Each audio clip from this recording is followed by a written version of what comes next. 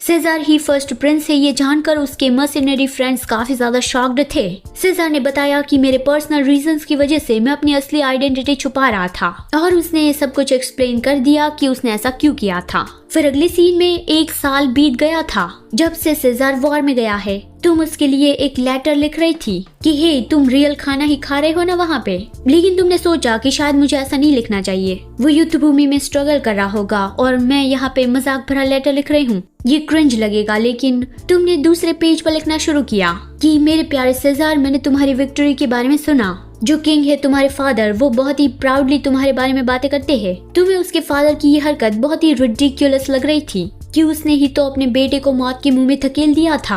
आगे तुमने लिखा कि मैंने सिलाई काम की प्रैक्टिस भी शुरू कर दी है क्योंकि मैंने कहा था कि तुम्हारे विजय के सेलिब्रेशन के लिए मैं एक क्लॉक बनाऊंगी। मैं अब भी काफी ज्यादा स्लो हूँ, लेकिन मुझे लगता है कि जब तक तुम वापस आओगे तब तक तो मैं क्लॉक रेडी कर ही लूंगी। मैं पर्पल क्लॉक बनाऊंगी गोल्ड कलर के धागे के साथ। मैं तुम्हें वो क्लॉक पहने देखना चाहती हूँ, मैं तुम्हें मिस कर रही हूँ। नोहा वहाँ तुम्हारे पीछे खड़ा था और तुम जो लिख रही थी वो पढ़ रहा था कि सिस्टर, मुझे लगता है कि मेरा भाई इतना क्रिंजी लेटर पढ़कर मर जाएगा। तुमने चिल्लाया कि शट अप, जो सोल्जर्स बैटलफील्ड में गए होते हैं उसके लिए ऐसे लेटर लिखते हैं, अभी ज्यादा देखो मत, जाओ तुम यहाँ से। तो इस तरह से तुमने नोहा को भगा दिया और फिर से लेटर लिखने लगी कि तुम्हारे बिना यहाँ पे पहले जैसा नहीं रहा, काश कि तुम जल्दी से घर वापस आ जाओ। और फाइनल टच के लिए तुमने अपना फेवरेट परफ्यूम उस लेटर पे लगा दिया, इसे उम्मीद में कि जब तक ये लेटर सेजार तक पहुँचे तब तक ये सेंट उस लेटर पे रहे। फिर अगले सीन में जब लेटर सेजार तक पहुँचा तब वो उसे पढ़ते हुए काफी खुश लग रहा था और उसने तुम्हारे परफ्यूम की स्मेल भी पहचान ली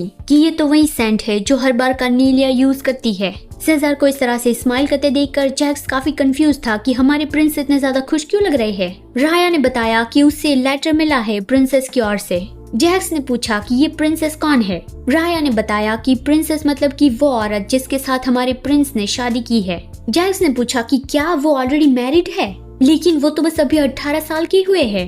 राया ने एक्सप्लेन किया कि तुम्हें शायद इस कस्टम के बारे में नहीं पता होगा, नोबल फैमिलीज में काफी यंग एज में ही पॉलिटिकल मैरिज होती है। जैक्स ने पूछा कि पॉलिटिकल मैरिज वो क्या होता है। राया ने बताया कि पॉलिटिकल मैरिज बेवकूफ। सेजार उन दोनों की बातें सुन रहा था और उसे थोड़ा गुस्सा आ रहा था, तो उसने टेबल पे अपनी मुट्ठी मारी और चिल्लाया कि तुम दोनों निकलो यहाँ से। जैक्स डर गया कि ओ नो, क्या उसने हमें सुन लिया। और राया ने सेजार से माफी मांगी और फिर वो दोनों जाने लगे कि जैक्स अब बाहर चलो। पर जैक्स को अचानक से याद आया कि रुको, अब मुझे याद आया, आई थिंक मैंने इस बारे में कुछ रूमर सुनी थी कि प्रिंसेस है वो तो प्रिंस की दुश्मन नहीं है। कितनी अजीब बात है। शायद जैक्स ने ये बोलकर गलती कर दी क्योंकि राया ने ये सुनते ही उसे अपने दिल पर ले लिया। उसे थोड़ा थोड़ा यकीन हो गया कि तुम सच में सेजार की दुश्मन हो। वो दोनों बाहर चले गए और सेजार सोचने लगा कि वो मेरी दुश्मन नहीं है। लगता है कि उसकी पब्लिक इमेज अब भी इम्प्रूव नहीं हुई है। ये सच है कि एल्वेनिया उसे पैलेस में लाई है, लेकिन ये सोचते हुए वो अपनी आंखें बंद करता है और लास्ट टाइम उसने जब तुम्हें देखा था वो तुम्हारी इमेज उसके दिमाग में आती है।